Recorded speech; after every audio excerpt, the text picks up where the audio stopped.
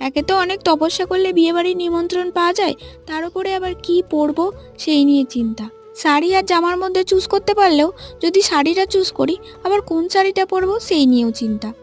যাই হোক, সেই সব চিন্তা ভাবনার ধাপকে পেরিয়ে রেখে আমি আজকে রেড শাড়িটাই বেছে নিলাম। কারণ কয়েকদিন পর না আর একটা বিয়ে বাড়ি আছে, তাই ভাবলাম যে আজকে রেডটা পরি, পরের দিন গ্রিনটা পরা যাবে। আজকে হাতে কিছুক্ষণ সময় ছিল, তাই জন্য ভিডিও শ্যুটটা করতে পারলাম, না হলে বারবার ক্যামেরা অন অফ করে ভিডিও করার অনেকটাই টাইম লাগে। যারা আমাকে প্রথম থেকেই ফলো করো তারা তো জানবেই যে আমি আই মেকআপ বেশি পছন্দ করি না, একদম হালকার ওপরে কিছু করার চেষ্টা করি, তাই সেটা আমি আঙুলের সাহায্যেই করে নিই। আর প্রায় অনেক বছর ধরে আমি লাইনারও পরি না, কেননা আমার আই মেকআপটা একদম হালকা করলেই ভালো লাগে, লাইনার পরতেও ভালো লাগে না একদম। রিয়া, তৃপ্তি, মৌমা সবাই আমার বাড়িতেই রেডি হচ্ছিল, ওরা ক্যামেরার পিছনে ছিল। রিয়া আমাকে বললো, এই নিয়ে আমার এই ঝুমকোটা পর, দেখতে ভালো লাগবে। তো লাস্টে একটা টিপ পরে আমি আজকের লুকটাকে কমপ্লিট করলাম। আর এইটা আমার বোন হয়, ওকেও আমি রেডি করেছি। কেমন লাগছে কিন্তু জানিও কমেন্ট করে অবশ্যই।